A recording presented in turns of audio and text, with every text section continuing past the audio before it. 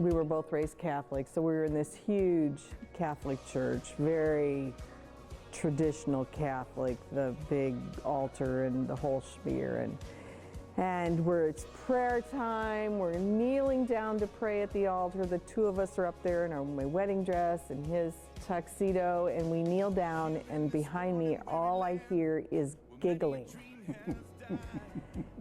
And after the wedding, I turned around and I said, what was all the giggling about? And he lifted up his shoes, and on the bottom of his shoes, when he kneeled down, it said, help me, in white tape on black shoes.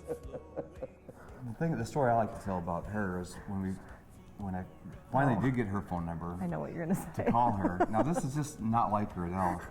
And I call her and I said, hi Kara, this is Brian.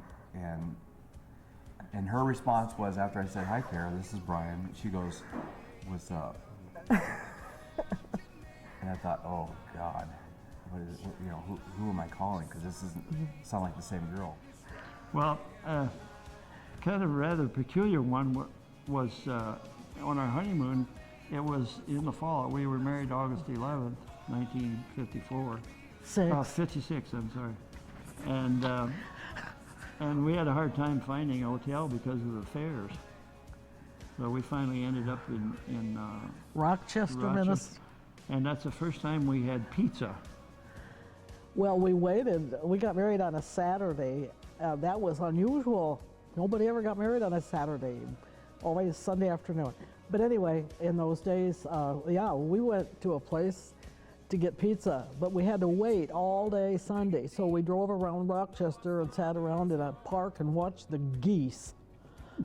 Think of anything else? Not that we can share, probably. When we were engaged at that time, then my brother was like, I think 10. And my little brother that was here at the event, and he said, he and Richard were having a talk. And he said, well, you want to join the family circus? And Richard said, yeah, how much is it? He said, a quarter. So they charged me to get into the circus.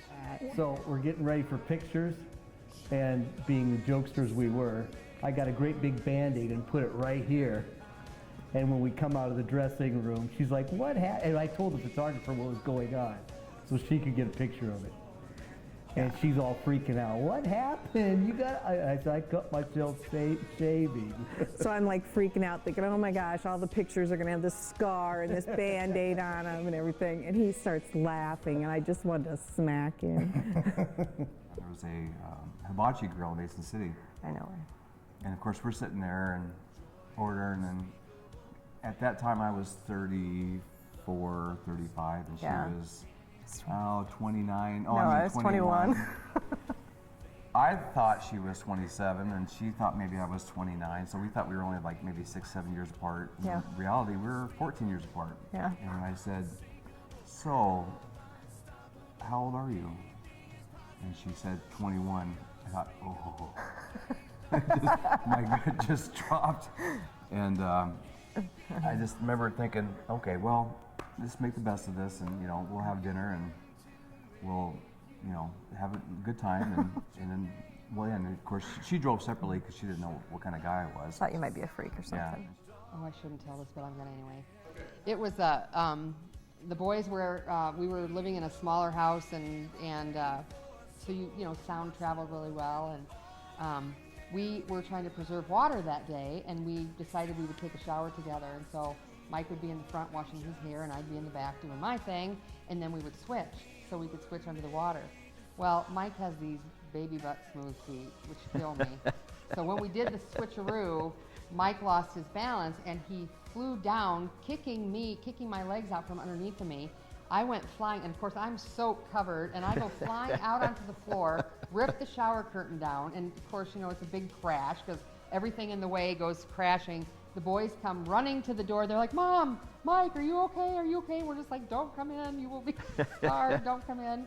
So that was a funny, we laughed for like an hour after that. But we were made to thrive.